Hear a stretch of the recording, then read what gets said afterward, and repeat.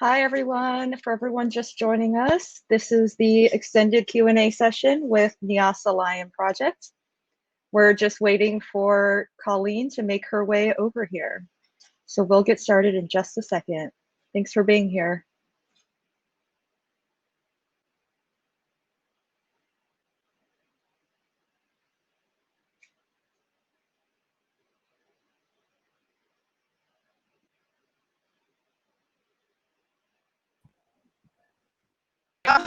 Hi, Colleen. You made it. Hey, yeah, I was getting a bit stressed. Yeah, being a bit stressed out, but we got here. You know, it's so funny. One of our staff said it perfectly last week that it's so strange to be running around and rushing virtually because running around and rushing is exactly what we do during a live expo, and we're still doing it online. No, exactly. And I'm not sure it's any less stressful. I think, having to manage everything, and I thought I'd be less nervous, but I'm always nervous, but it's nice to see everybody. It sure is. We're getting people trickling into the room now, getting a lot of people saying hello to you in the chat. And I know we've potentially got a surprise guest joining us, so we'll let them in when they get here. Yeah, I'm hoping they figure out how to do it. Right. Well, Colleen, now that we have you here, I would love to hear, what you're most proud of at Niassa Lion Project right now. Today, I mean, it's different every day, but today I'm most proud of our team. I received some messages on WhatsApp from the team that are doing the dog vaccinations. They're vaccinating 600 domestic dogs across Niassa in collaboration with the Reserve and WCS and Saving the Survivors. And I got a message from one of the vets to say that our team were absolutely unbelievable. And I'm so proud of them because they're out there in very difficult conditions. It was raining and then it was 40 degrees. They're having to find dogs that aren't tame. And they've been at it for more than 3 weeks now. And I'm so proud of their resilience and their enthusiasm and what we all call just the Mariri spirit. It's tangible and it's wonderful. And they what makes it all happen. And so I can sit here in South Africa in lockdown and know that our team is managing it all and leading. And you know what's great is that they actually don't need me that much anymore. And that's the whole point. And that's fantastic. I love that. I was so inspired by Doug Smith's talk this morning on wolves, where he said one of the best lessons he learned while doing his master's on beavers was just being so resilient in the face of obstacle after obstacle, and how he and his team have learned so much from that. We've got a question from Molly Knox. Hi, Molly. Thanks for being here. She would love to hear about your most pressing funding needs in the future and how we can best support your work in Niassa. Yeah, so sometimes it feels, I guess this is the British part of me, it always feels a bit crass to talk about money, but I know that Charlie has taught us well in WCN. So our budget's about 1.5 million US dollars. It's a lot. We don't have a fundraising team, and so we're really grateful for everybody who helps us, from the small to the large donations. One of the things we're going to need to do is that you can't, for example, do vaccinations of domestic dogs once. We're going to need to put that on the budget for the next 5 years. We also, all our programs, often there's not something new, but all our programs continue, because if they don't, you lose trust. And one of our most important things this year, a very difficult year, was to make sure that all our community programs, all our local salaries continued as normal, because you can't lose that trust when you are a community program. So, we have all the programs that I've already shown you. They're all continuing into the next year. We are going to have to scale up the work on the poaching of the lions, Agustino's work particularly. So really nothing new, but long term, this is a marathon. This is something that, it's not going to end, and we're going to have to keep fighting and keep working on it. Absolutely. I think providing that stability to communities is so important. And Colleen, I love that part in your talk where you talk about, even in the way that you have constructed your education center, the roofs, they're made to be replaced year after year so that you can provide that steady source of income to people. And I think that's so wonderful because then people are making that connection between conservation and their own well-being. Yeah, and you have to, we look at every decision that we make to see if there's a way that we can make it more local, because we have to create this conservation economy. You have to spend as much of your money as possible within sort of, some of it's within 24 kilometers, so within that village that's right there, and then within the reserve, and then within the district, and then within the country. So everywhere we look, where we buy, and figure out where's the closest that we can get it, even if it's a little bit more expensive, so that that conservation economy starts to turn, and so that there's all this trickle down effects for the communities and people who live there. Absolutely. I think it's all about keeping those impacts local. We've got a great question from Jennifer McCausland, who asks, can you be more specific how conservation could be rewired? What does green colonialism mean exactly? Yeah, so I think there are a number of different issues there, and it's not easy for me to put it into a soundbite. But I think the most important thing is that the conservation action, and as much, just like I've said about the conservation economy, decisions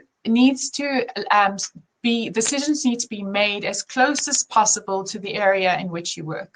So if you can get the communities with which you work to be in decision-making positions, then that's what we need to do. These decisions should not be made halfway across the world. And I think some of that green colonialism, when we also take on more and more land for conservation, kick people out of that area for conservation needs, but forget about the communities who live there, it's time for that to change. It hasn't been very successful.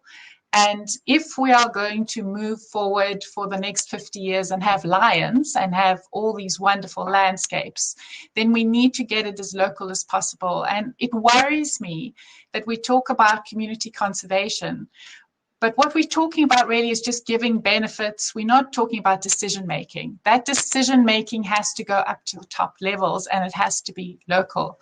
And the communities who live on that land and live with the animals have to be part of the future. I think there are lots of things that are wrong with conservation, a lot that's right that you're seeing here today. But there's a lot that's wrong. It seems to be sometimes the last bastion of racism and white privilege, and we have to change those things. And it's up to me as a very privileged white South African to make that part of my mission and to speak about it and not get defensive about it and to change things. Absolutely, Colleen. And there have been few people that have really lived that sentiment that I've seen, where you are always so quick to empower and give credit to your team. And, I know you're always saying, you want to be out of the picture. You want your team to run Niassa Lion Project one day. And I think that's so empowering and really is the sustainable path future forward for your project and for conservation. Yeah, and it's also about just examining yourself all the time. It's very difficult to see your own privilege. So what I love about our team is that I can ask them, like, when are the moments when you've seen racism or sexism or white privilege, play a role? And because you can't see it for yourself. And so I have to be held to account, and we should have strong enough teams that they can hold us to account. Right. So on the topic of access and accessibility, can you tell us a little bit more about the We Africa program that you're involved in and how it helps your work and how it helps conservation? So it's a little like I was saying that Lion Recovery Fund helps me scale. So, I'm 51. I want to give back. I want to pay it forward. And one of the ways that I'm doing it with some colleagues of mine, and actually another one's here tonight, and that's Gladys, who's talking a bit later, who's also on the Leadership Council of We, is 8 of us got together through shared experiences and a growing frustration to create Women for the Environment Africa, which is a year-long transformational leadership course, which aims to put 100 women through leadership training in the next 5 years. And we are just at the moment choosing the first 20 out of 128 applications across about, I think it was about 15 or 16 African countries, all women involved in African conservation, all leaders at the top levels. And this is the way we're going to make change quicker, because, we talk about biodiversity, but we have so little diversity in decision-making teams. And we know that diverse teams are more productive and more resilient. And so we absolutely believe we get those women into decision-making positions, we will change the way conservation is done in Africa. So I'm very excited about it. And these women are incredibly inspirational. I'm learning a lot. I love it. I love it. So another question from your friend, Dr. Graham, coming off of that, what role do you see conservation playing in Niassa in 10 years' time? What does the face of conservation look like? Well, there's what it will look like and what I wish. Sometimes you can make your wishes come true. So I think that in Niassa, all of us who've worked there have failed to bring the communities into decision-making enough. One of the problems we have is that we say that we're giving people decision-making power, but they can't think for the future when they're dealing with so many crises, which I think I said is my talk. So what I would like to see is that the economic development and poverty levels decrease, food security increases, so that people can think of the future and take their rightful place as decision makings to protect Niassa's lions and all its wildlife. I see that as the only future for Niassa in the long term. Mm-hmm, mm-hmm. So a related question, how willing do you think centralized and localized governments are to hand over decision-making locally at the community or site-based level in Mozambique? I think there's some very good examples in Mozambique where that has been done, and certainly they have a lot of laws in place that allows it. Even now, 20% of all revenues generated have to go to the communities. Mm-hmm. I think that this is growing, and in many ways because of the example of Gorongosa. Gorongosa have been an incredible example in Mozambique of what can be done to recover a wilderness area and make it a people's park. I love that. And I think that its time is coming. I think Mozambique has a very important role to play in conservation. Certainly with lions, it has some of the largest lion populations left. And we always forget about Mozambique. It's not on the radar of everybody for conservation. But I think that the Mozambican government played a very strong role in stopping the elephant poaching in Niassa. Mm-hmm. And I'm hopeful that in the future we will be able to do the same for a lot of the other poaching. And we work very closely with them. And, obviously we wouldn't be there without them. And it's a good collaboration. We know what we're good at and they know what they're good at. That's great. So I see that Jillian Knox has requested to come on screen and ask you a question. So while I'm letting her on, I'm going to let you answer one more question while we wait for Jillian. Sure. And this next question is from Jeremy, Townsend, and Keeley. Hey, Jeremy and Keeley, thanks for joining us. They're asking if you can talk about the prospect of tourism in Niassa, like Mpopo Trail Camp, and any examples where you see ecotourism being done right. Well, of course, I think Mpopo does tourism right because we created that. I think, there's a lot of opportunity in Niassa for diverse ecotourism experiences. We've gone this role because it's manageable for us and because we have a partnership with the community. So it's sort of co-owned with them. And again, every decision's been made. The whole camp gets rebuilt every year to create work. But we're only going to run 8 trips a year. It's 8 trips where you will have the whole concession that we manage to yourselves, other than people who live there. It's an extraordinary experience, and we're trying to generate as much money as possible for the community in a sustainable way.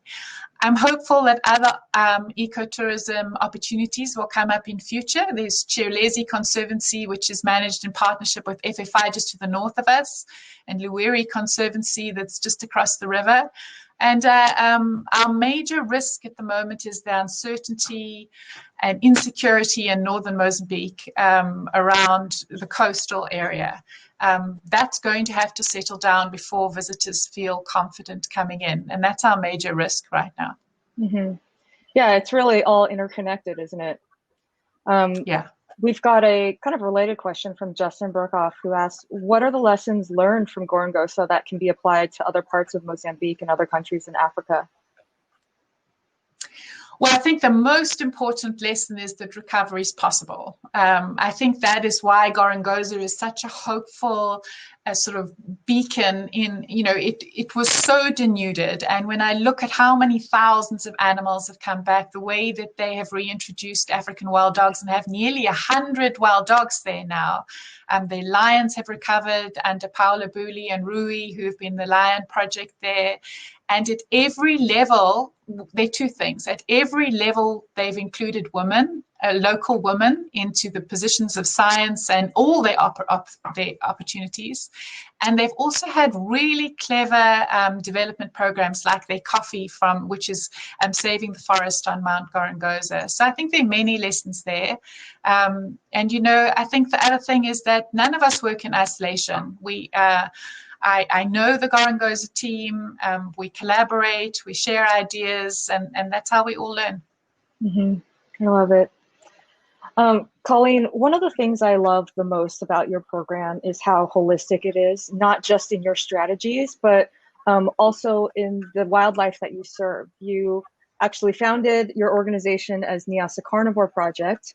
And while we talk about lions in your work a lot, you have not only experience researching a lot of different species, but you're always very quick to underscore the importance of all animals, especially large carnivores, to the health of an ecosystem. Can you tell the audience a little bit more about why carnivores and large carnivores are so important for conservation?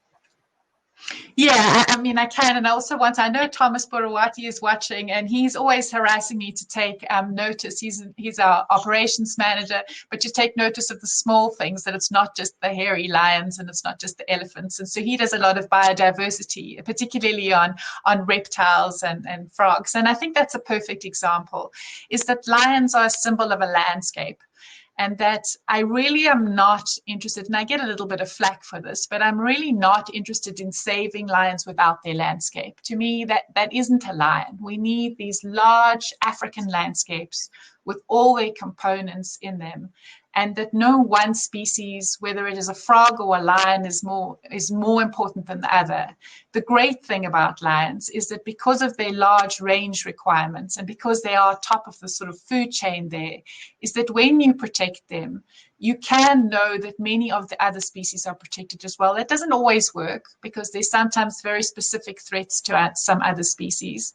And it's why anybody who follows our Facebook page will see that sometimes they're lion pictures, sometimes they're frog pictures, sometimes they're butterfly pictures, because that is our whole model, is that it's an ecosystem, it's a landscape, and it's a landscape that includes people in it. We're not separate from it. We're not in charge of it. We're part of that landscape. And those shown by those old paintings that have been there forever. Mm-hmm.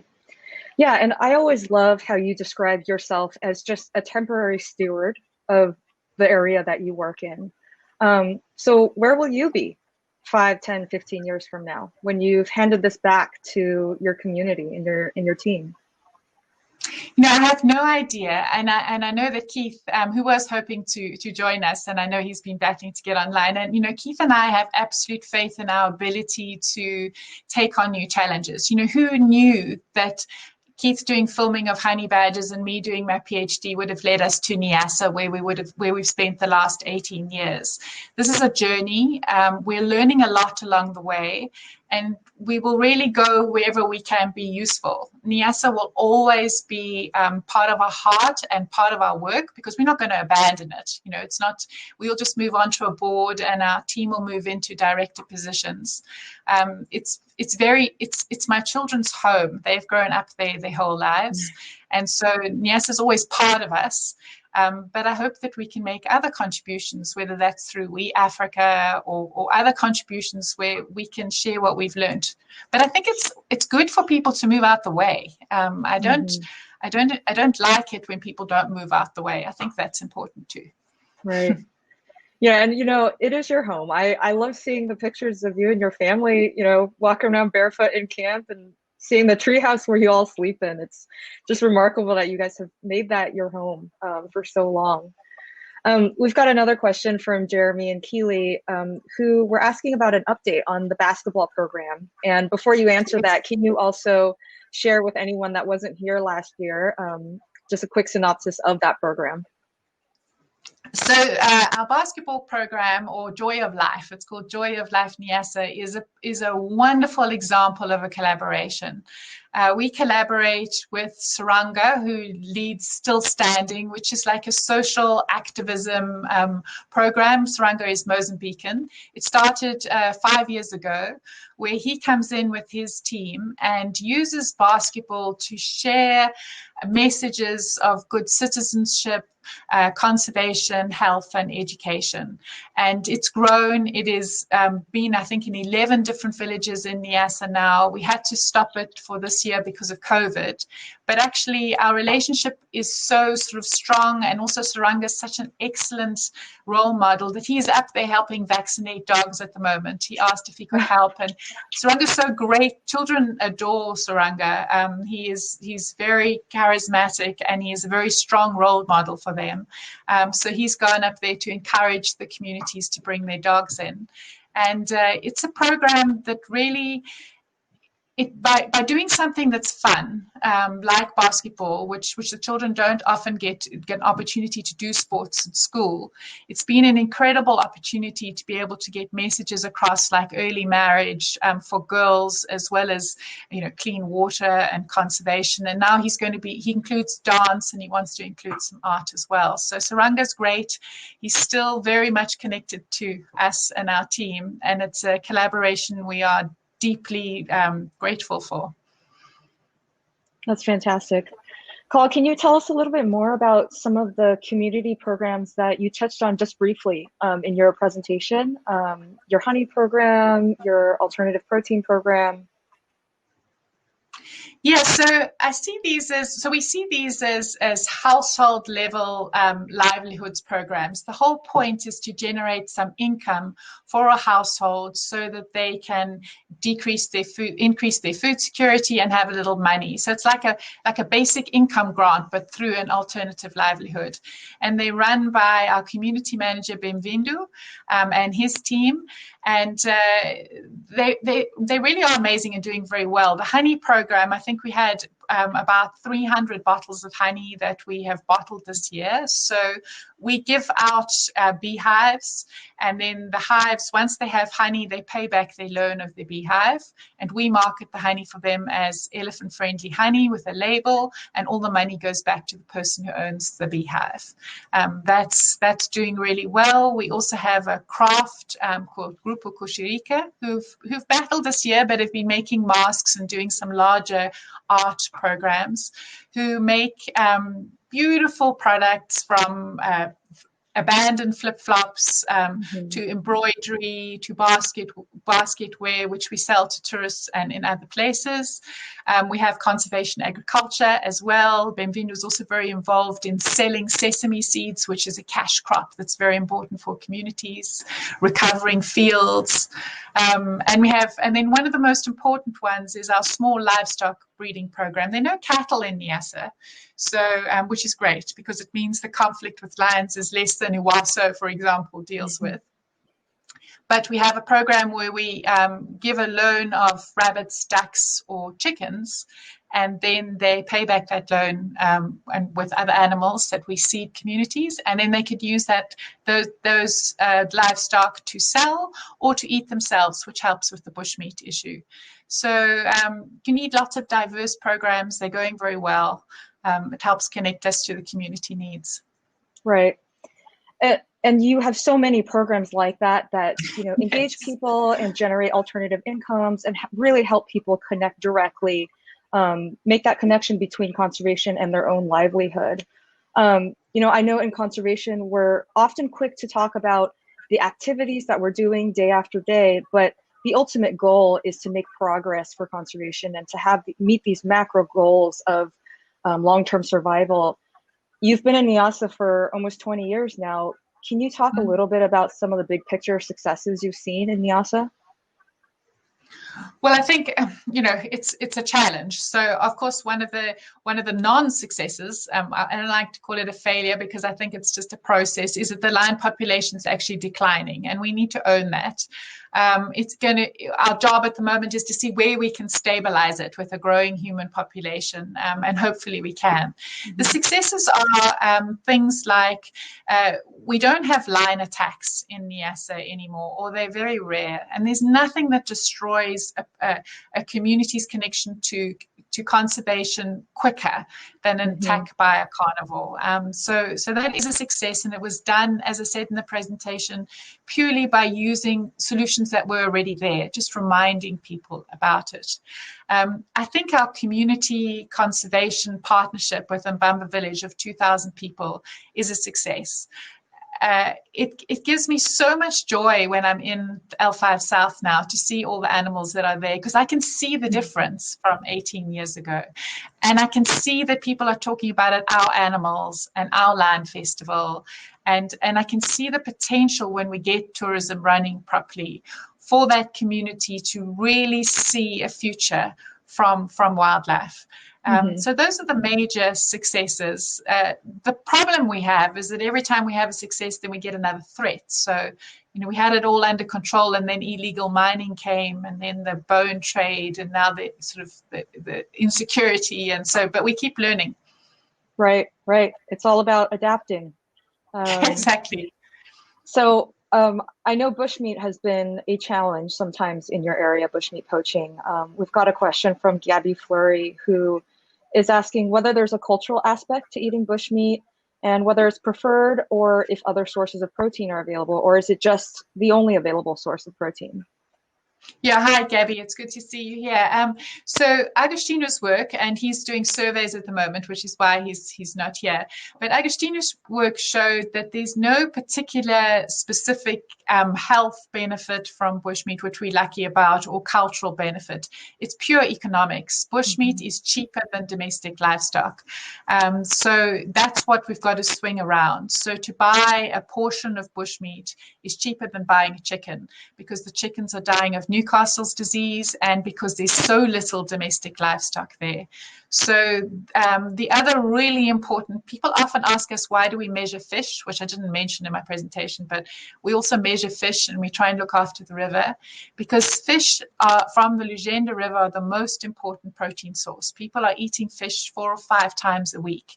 And if that river collapses, then the bushmeat trade will be even worse. And it's not only subsistence bushmeat, it's also now moved into commercial trade of bushmeat across the region.